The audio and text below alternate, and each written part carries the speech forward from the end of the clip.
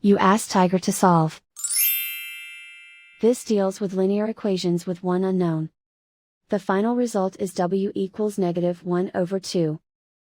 Let's solve it step by step. Simplify the expression.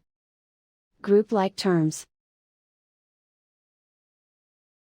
Simplify the arithmetic. Group all w terms on the left side of the equation. Subtract 4w from both sides. Group like terms. Simplify the arithmetic. Group like terms. Simplify the arithmetic.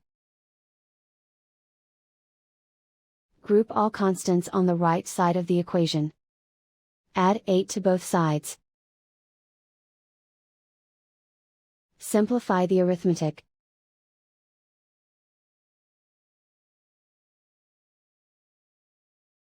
Isolate the w. Divide both sides by -2. Cancel out the negatives. Simplify the fraction. Move the negative sign from the denominator to the numerator. And so the final result is w equals -1/2.